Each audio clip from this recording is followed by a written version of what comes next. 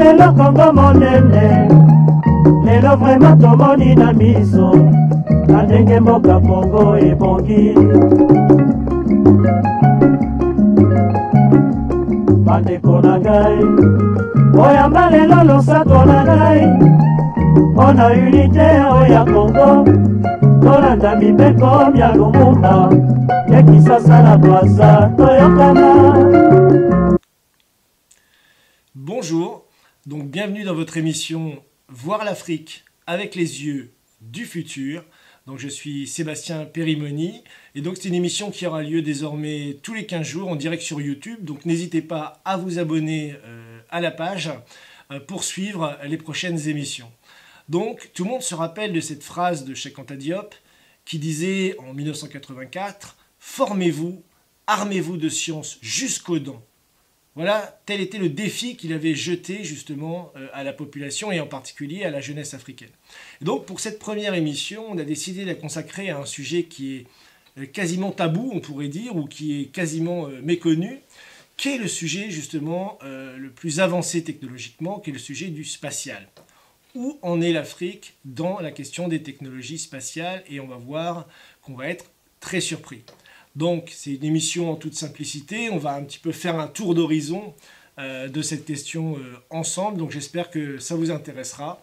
Et on va commencer par une vision panoramique en fait de la situation, avec, il faut le savoir, début 2017, où les ministres des sciences et de l'éducation des 54 pays africains, qui sont réunis dans le cadre de l'Union africaine, s'étaient donc réunis pour adopter la première politique spatiale africaine continentale. Donc ça c'était en 2017 et avaient déclaré à l'époque les représentants que c'était décisif pour le développement économique du continent car ça permettra la promotion de la science, de la technologie et de l'innovation.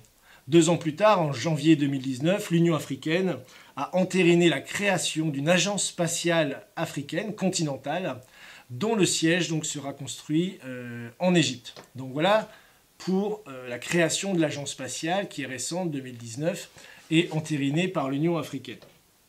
Et je ferai référence tout de suite à un livre, qui est le livre de Sékou Ouedraogo, qui était un chef de projet aéronautique chez Safran, et qui dans un livre qui s'appelle L'Agence spatiale africaine, vecteur de développement, disait déjà en 2015 que pour 1 euro dépensé, dans le spatial, il y a 100 euros de redistribués dans l'économie du pays. Le développement du continent, donc, passera par l'espace. Donc voilà ce qu'il disait déjà en 2015. Alors en Afrique, on n'est pas du tout dans la vision, je dirais, américaine, où c'est pas le Far West, c'est pas la conquête de l'espace, d'aller poser un drapeau sur la Lune ou sur Mars. Mais non, c'est une vision bien plus pratique pour résoudre les problèmes sur Terre, et c'est à ça qu'on va regarder d'un peu plus près. Donc évidemment, tous ces projets ont des dimensions scientifiques qui permettent la prise de décision politique dans des domaines comme la construction d'infrastructures de transport, la surveillance agricole, l'évaluation des ressources hydrauliques, la gestion des catastrophes naturelles, le suivi des maladies, la lutte contre le terrorisme, le braconnage, l'orpaillage clandestin. Donc de nombreux sujets extrêmement concrets qui règlent les problèmes sur le continent. Et c'est ça qui est intéressant dans la vision qu'ont adoptée l'Union africaine de leur programme spatial. Alors il faut savoir qu'aujourd'hui, il y a 16 pays quand même, 16 pays d'Afrique qui disposent de leurs propres satellites d'observation de la Terre. Donc ces 16 pays sont les suivants, je vais vous les citer. Donc c'est l'Algérie, l'Égypte, la Tunisie, le Maroc, le Ghana, le Soudan, l'Éthiopie, le Kenya, le Rwanda, l'île Maurice, Nigeria, l'Afrique du Sud et maintenant les 2 derniers dont on va parler par la suite, le Zimbabwe et l'Ouganda. Donc il faut savoir qu'au cours des 20 dernières années, c'est plus de 41 satellites qui ont été lancés en Afrique. Donc le premier c'est en 1998 et 21 autres satellites rien que les 5 dernières années. C'est-à-dire une augmentation de plus de 100% de lancement de satellites depuis le continent, pas depuis le continent, mais de pays africains. Donc voilà, à contre-courant de ce qu'on entend quotidiennement dans les grandes institutions internationales, penser petit, small is beautiful, penser local, agir local. Donc là, on est vraiment dans la stratégie inverse, c'est-à-dire de penser global, voire spatial, pour résoudre les problèmes locaux. Et c'est ça qui est intéressant, parce que c'est évidemment la bonne solution. Donc prenons un cas concret Par exemple, pour commencer, avant de rentrer un petit peu dans les programmes spatiaux des différents pays, c'est le cas de la prédiction des pandémies, des épidémies, par exemple de paludisme. Il faut savoir qu'aujourd'hui, on connaît qu'il y a une corrélation entre le développement des larves de moustiques qui se propagent, qui propagent le paludisme, avec la question de la concentration d'humidité ou la déforestation dans certaines zones. Et aujourd'hui, grâce à des satellites d'observation, on peut identifier ces facteurs qui vont anticiper les flambées ou les développements d'épidémies de paludisme. Donc aujourd'hui, on a déjà une application concrète du fait d'utiliser l'exploration spatiale pour lutter contre un phénomène endémique qui est le paludisme, par exemple. Donc ça, c'est un des premiers sujets concrets. Deuxième sujet concret, si on pense que le spatial ne sert à rien, c'est la lutte contre le terrorisme. On va prendre un exemple qui est le Nigeria. Donc il faut savoir que l'agence spatiale du Nigeria a été créée en 2001. Donc il a déjà envoyé 6 satellites dans l'espace. Donc 6 satellites déjà pour le Nigeria. Et moi-même, j'ai eu la chance d'aller au Nigeria il y a quelques années. J'ai pu interviewer des membres de la NASRDA, donc l'agence spatiale du Nigeria. Et ce qui était très comique, on va dire, c'est que quand les étudiants du Nigeria arrivaient en France ou en Italie, disant qu'ils faisaient des études spatiales car ils bossaient à l'agence spatiale du Nigeria, la première réaction des étudiants ici, c'était « Quoi ? Il y a des agences spatiales en Afrique, mais à quoi ça sert avec tous les problèmes que vous avez ? Non mais qu'est-ce que vous faites ?» Donc il y avait une incompréhension totale de la question spatiale et de pourquoi c'était utile pour le continent. Donc on voit un petit peu cette ignorance parfois qui peut conduire certains à l'arrogance vis-à-vis de l'Afrique et de son potentiel de développement scientifique et technologique. Donc l'agence spatiale du Nigeria, c'est très intéressant puisqu'elle a lancé, je vous le disais, plus de 6 satellites déjà. Nigeria Sat 1, Sat 2, Sat X en 2011, qui avait été lancé depuis la base de Yasny en Russie. Et justement, le but de ces satellites, c'était de surveiller tout ce qui était la prévention des catastrophes naturelles et fournir des données précieuses de sécurité, évidemment. Parce qu'on peut utiliser ces satellites dans la guerre contre le terrorisme, depuis le ciel. On peut permettre de localiser en fait, des groupes armés de Boko Haram qui se déplacent en convoi et donc permettre d'agir directement là où on peut identifier ces convois par satellite. Donc c'est très utile si la technologie était plus développée.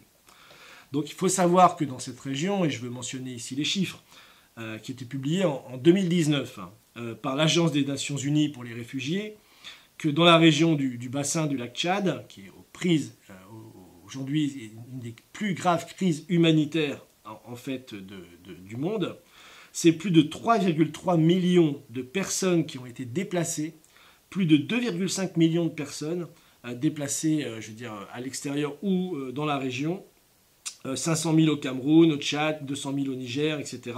Donc c'est des centaines de milliers et plusieurs millions de personnes qui sont aujourd'hui déplacées dans l'insécurité alimentaire, évidemment à cause du terrorisme.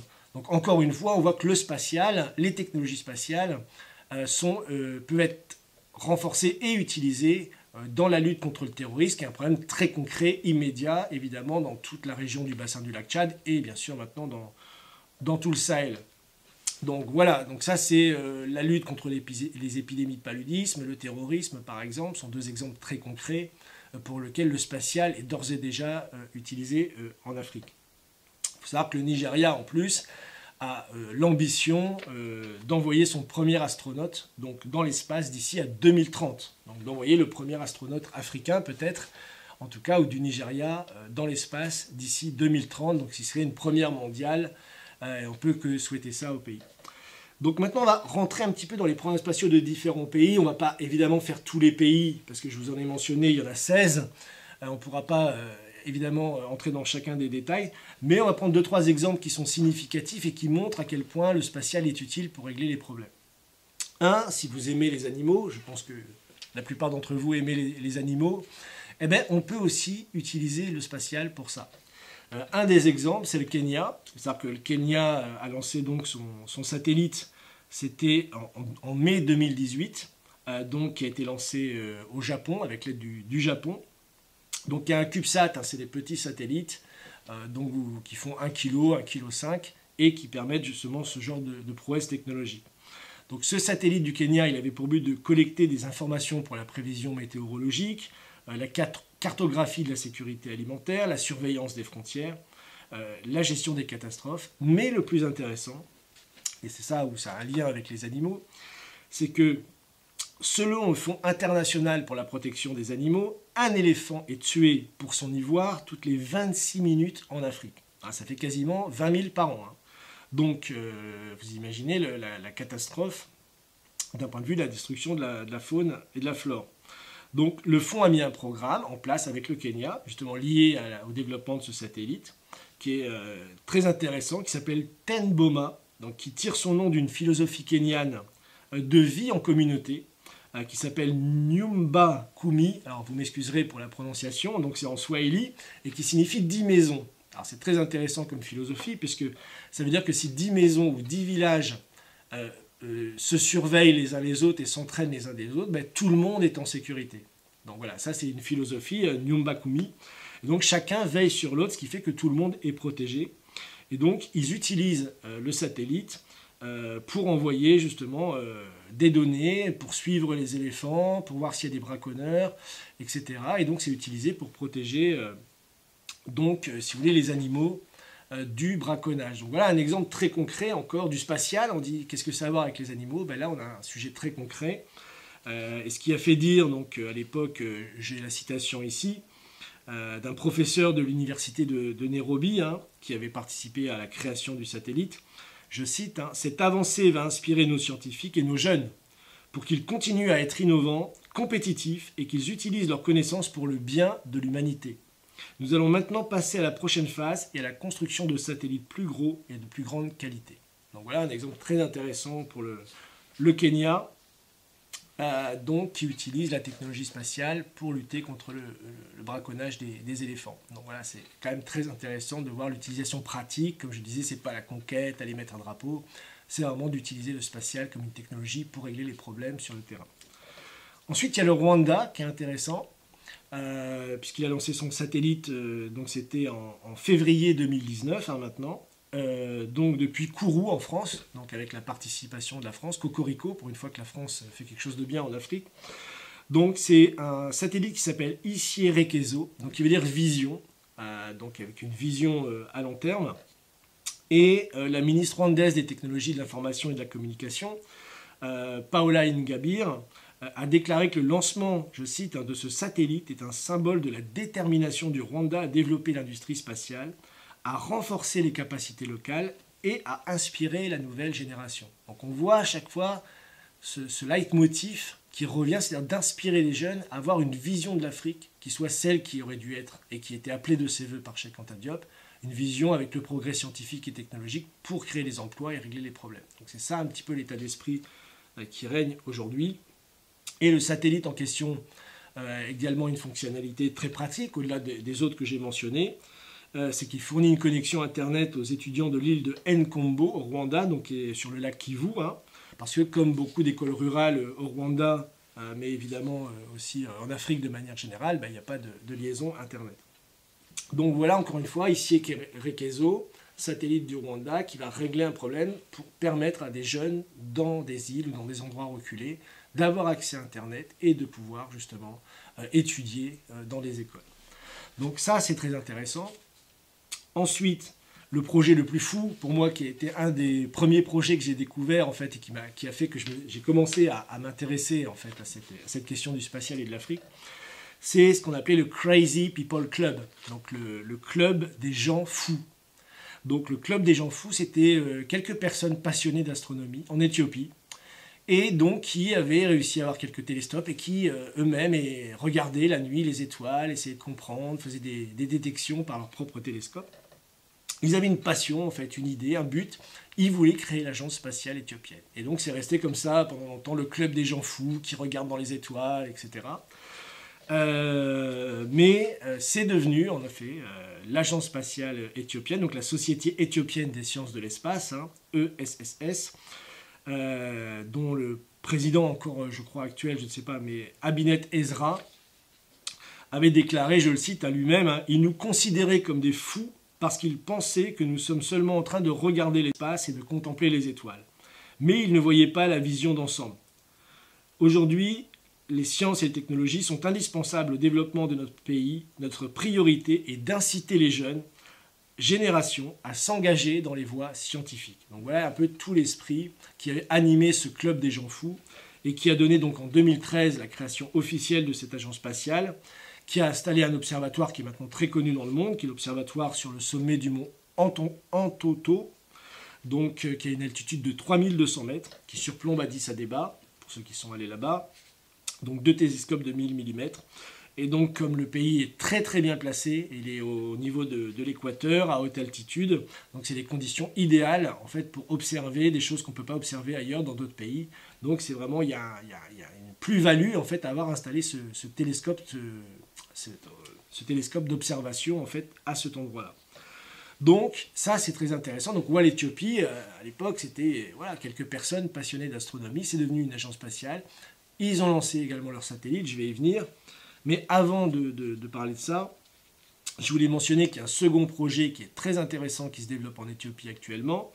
Donc c'est un projet qui est soutenu par l'Union astronomique internationale, dont est membre l'Éthiopie en fait, qui est une association internationale non gouvernementale, mais qui a pour but de coordonner les travaux astronomiques de tous les chercheurs à travers le monde. Donc ça a été fondé en 1919 par un Français d'ailleurs, Benjamin Bayou, et qui regroupe aujourd'hui plus de 70 pays. Donc, d'ailleurs, Emmanuel Macron lui-même, qui était en Éthiopie récemment, il y a 2 ans, 3 ans, justement, il était visiter les peintures rupestres des églises les églises de Lalibela, donc un site classé patrimoine mondial de l'UNESCO.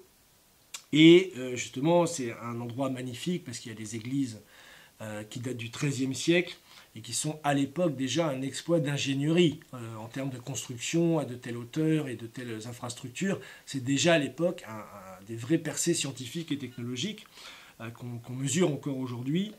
Et donc le gouvernement éthiopien, lors de cette visite, a annoncé justement qu'ils allaient probablement faire, à côté de ce site de Lalibela où il y a ces magnifiques églises, un nouveau télescope donc qui serait encore plus puissant que le précédent, donc qui serait à 4200 mètres, encore plus puissant que l'autre. Et ce qui est intéressant, c'est qu'on aurait justement sur ce site, on aurait à la fois les plus belles œuvres du passé pour la contemplation intérieure, ces belles églises, et on aurait aussi, on peut dire, les églises du futur, donc cet observatoire astronomique, justement pour regarder vers le futur. Donc ce serait un très beau symbole culturel, philosophique et scientifique si ce projet arrivait à terme, ce qui je crois est en cours, même si on n'a pas encore les dates de fin du projet. Donc en effet, je le disais, l'Éthiopie a lancé son propre satellite, avec l'aide de la Chine, pour le coup. Et donc c'était en décembre 2019, ETRSS-1 pour les aficionados de la technique, donc un satellite de télédétection, et donc qui a été une grande première évidemment pour le pays. Tout le monde a regardé ça, enfin c'était un événement vraiment magnifique et de joie qui permet justement de mobiliser la population. Le président à l'époque, Abiy Ahmed, avait déclaré ceci, je vous le cite, vous savez, nous sommes un pays considéré comme pauvre. Beaucoup de jeunes n'ont pas le rêve d'aller dans l'espace. Mais aujourd'hui, nous donnons de l'espoir à cette génération. Nous l'aidons à voir les choses en grand et à avoir confiance en eux. Donc voilà, ça c'était le président éthiopien lors du lancement du satellite, du premier satellite éthiopien en décembre 2019. Donc c'est également très enthousiasmant de voir tous ces percées scientifiques qui se passe sur le continent. Je ferai une parenthèse pour l'Afrique du Sud, qui est très connue, puisqu'elle a lancé également un grand nombre de satellites, mais sur un aspect plus particulier, c'est que l'Afrique du Sud participe à un des plus grands projets du monde, en fait, en termes d'observation de l'univers, qui est le projet SKA, pour Square Kilometer Array, donc un projet de radiotélescope qui rassemble 200 télescopes paraboliques et 130 000 antennes radio fixes, répartis sur le territoire africain et australien, et qui totalisera une surface collectrice de 1 km², d'où Square Kilometer Array. Donc 1 km² de si vous voulez, de radiotélescopes. Donc ce sera le plus grand et le plus précis réseau de radiotélescopes du monde. Il sera au moins 5 fois plus sensible et 60 fois plus rapide pour traiter les données que le meilleur radiotélescope existant. Ce qui permettra, selon les scientifiques, des avancées décisives dans toutes les thématiques de l'astrophysique, de la physique moderne, l'origine des champs magnétiques cosmiques, le milieu interstellaire, la formation des étoiles aux différentes époques de l'univers, les ondes gravitationnelles, dont on a récemment parlé, etc. etc. C'est-à-dire que là encore, l'Afrique est au cœur d'un projet qui est l'un des projets les plus importants pour connaître l'histoire, on va dire, de notre univers et encore tous les secrets qui nous gardent bien et qu'on ne connaît pas encore. Et l'Afrique du Sud donc, sera au cœur de ce projet. La ministre de la Science et de la Technologie d'Afrique du Sud, à l'époque, et puis aujourd'hui devenue ministre de l'Enseignement supérieur et de la formation professionnelle, donc Madame Naledi Pandor, donc, a déclaré ceci, qu'il fallait mettre fin à l'afro-pessimisme. Donc c'est tout le but de la série, d'ailleurs, Voir l'Afrique avec les yeux du futur, c'est mettre fin à cet afro-pessimisme. Et donc la déclaration qu'elle a faite, c'est une des choses que nous voulions faire était de changer la façon dont le monde voit l'Afrique. Nous avons tendance à considérer le continent comme un lieu de problèmes terribles, de famine, de maladies, de guerre, et non comme un espace de savoir. Désormais, nous essayons de changer cette image afin que nous nous associons à un centre attirant les chercheurs de très haut niveau. Donc voilà, ça c'était Madame Pandor d'Afrique du Sud. Donc c'est cette ambition-là aujourd'hui qui tire le continent. C'est pas celle qu'on reporte dans nos médias, c'est pas celle dont on parle partout, mais c'est ça aujourd'hui le moteur même du développement du continent africain. Donc ça c'est un petit peu un tour d'horizon. J'ai mentionné la Chine, donc je voulais faire une parenthèse sur la collaboration entre la Chine et l'Afrique dans le domaine du spatial, car elle est très importante et de plus en plus importante. Et il faut savoir qu'en septembre 2022, par exemple, il y a eu une grande conférence, donc où 3 taïkonauts, c'est le nom des astronautes chinois, donc en direct de la station spatiale internationale, donc on fait une visioconférence avec des étudiants de 8 pays d'Afrique, donc dans le cadre de la mission chinoise sur les questions spatiales auprès de l'Union africaine. C'est-à-dire qu'on avait les taïkonautes dans l'espace, par visioconférence, en train de répondre aux questions de plus de 8 pays africains. Donc il y avait des étudiants qui posaient « Ah mais qu'est-ce qu'on mange ? Comment vous dormez ?» Voilà, ils ont répondu à toutes les questions. C'était un échange très, très vivant. Donc sur plein de questions parfois futiles, mais des questions aussi très intéressantes scientifiquement. Qu'est-ce que vous faites dans l'espace ? Quel type de recherche vous faites en fait ? C'est souvent pas très connu. Et donc il y a eu un événement qui a été organisé dans ce cadre-là entre le chef de la mission chinoise auprès de l'Union africaine, qui s'appelle Hu Changchun, qui lui a dit, je cite, les peuples africains sont déterminés à explorer l'espace. Ces dernières années, sous la direction de l'initiative Une ceinture, une route, la coopération spatiale est devenue un point fort de la coopération sino-africaine. Nous avons eu des résultats fructueux en matière de lancement de satellites, d'infrastructures spatiales, ainsi que de partage des ressources satellitaires. Nous avons également fourni une formation de haute qualité aux chercheurs africains. Donc selon lui, c'est plus de 20 pays africains aujourd'hui qui ont des programmes spatiaux, c'est ce qui est officiel. Plus de 20 pays aujourd'hui ont un programme de lancement de satellites, j'en parlerai vite fait à la fin. Et en 2021, l'économie spatiale africaine est évaluée à 20 milliards de dollars et devrait croître de 16% par an, depuis ce temps-là. Donc je rappelle, comme le rappelait l'article que j'avais écrit, donc c'est Beijing qui a lancé le premier satellite de communication du Nigeria en 2007, puis le deuxième en 2011, puis il y a eu l'Algérie, et en 2018, la Tunisie est devenu le site de la première station de réception au sol en dehors de la Chine pour le système de navigation par satellite chinois Baidu. Voilà. Ensuite, il y a eu l'Éthiopie, dont je l'ai mentionné, et le Soudan, que la Chine a aidé à lancer leur propre satellite. Donc ça, c'est intéressant dans le cadre justement de la coopération internationale qui se fait dans un cadre qui s'appelle le projet HOP, que je vais mentionner. HOP, qui veut dire espoir en anglais. Hyperspace Opportunity for Pioneering Education, et donc qui est fait entre l'Union africaine et l'administration nationale de l'espace de Chine, le CNSA. Et justement, comme vous l'avez probablement suivi sur mon site, j'ai parlé de ça justement lors du dernier sommet du FOCAC, qui a eu lieu à Dakar, donc en novembre 2021, où a été mis en place le plan d'action du Forum sur la coopération sino-africaine 2024, dans lequel il est spécifié: la Chine et les pays africains mettront en place une alliance spatiale Chine-Afrique pour la jeunesse, afin de concrétiser la vision de développement des pays spatiaux émergents en Afrique. Donc plusieurs pays sont engagés, il y a l'Égypte, il y a l'Éthiopie bien sûr, et plein d'autres, le Sénégal bien entendu, qui commencent à aller dans cette direction. Donc on voit cette collaboration avec la Chine qui est également très intéressante. Donc pour finir cette première émission, cette émission sur le spatial, on va nommer les derniers en date, les derniers exploits en date du continent africain. Donc d'abord la Tunisie, donc, qui a lancé son premier satellite donc, en mars 2021. Donc, il s'appelle Challenge One, donc lancé à bord de la fusée Soyouz 2, depuis le cosmodrome de Baïkonour au Kazakhstan. Donc, il fait que le pays, le premier du Maghreb et le 6e d'Afrique, a fabriqué son propre satellite destiné à Internet. C'est-à-dire que c'est la Tunisie qui a fabriqué entièrement, c'est Made in Tunisia. Donc voilà, c'est pas un satellite qui a été créé à l'étranger, donc ça c'est très important. Et été réalisé par la société tunisienne d'aérospatiale et de télécommunications qui s'appelle Telnet, une société très intéressante d'ailleurs qui propose maintenant des partenariats avec d'autres pays pour faire la même chose.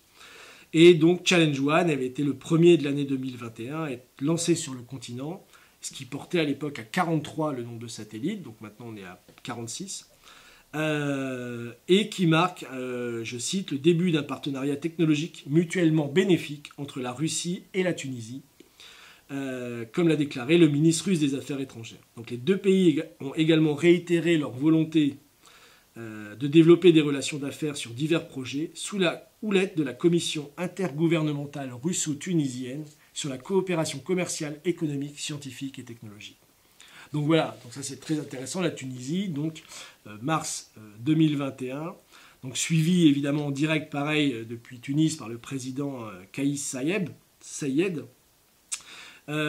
qui a dit, je cite, il était au siège de Telnet, « Notre richesse réelle est la jeunesse qui peut faire face à tous les obstacles ». Donc c'est ce qu'il a déclaré lors du lancement, qui est également un événement national, avant d'ajouter « Nous sommes fiers de notre jeunesse et des cerveaux tunisiens de par le monde ». Donc également c'est très intéressant pour les ingénieurs qui ont participé, donc une ingénieure de 28 ans, Haïfa Triki, donc qui a suivi le lancement. Elle dit, on est très ému après 3 ans de travail intense. L'ouverture des perspectives d'emploi locales pour les ingénieurs tunisiens, les possibilités d'emploi existent en Tunisie.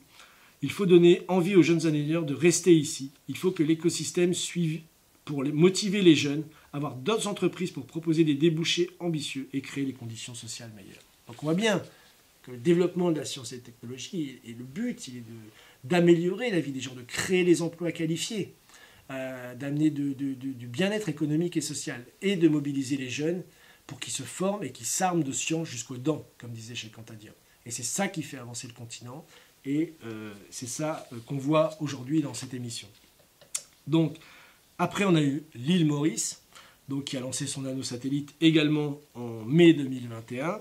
Alors je crois que depuis, il a connu quelques déboires, c'est à vérifier, mais ils ont quand même lancé leur propre satellite, fabriqué intégralement sur le territoire national, et donc qui est également un petit satellite donc, qui a été lancé, qui était pour recueillir des images précises pour l'agriculture, les catastrophes environnementales, etc.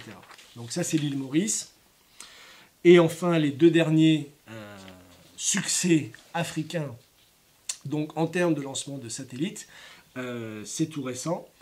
Donc il y en a 3 en fait. Il y a l'Angola, donc l'Angola qui a lancé le 12 octobre 2022 le satellite Angosat 2, que j'ai eu la chance d'avoir dans les mains, puisque vous pourrez voir à l'image, je vais montrer une petite image.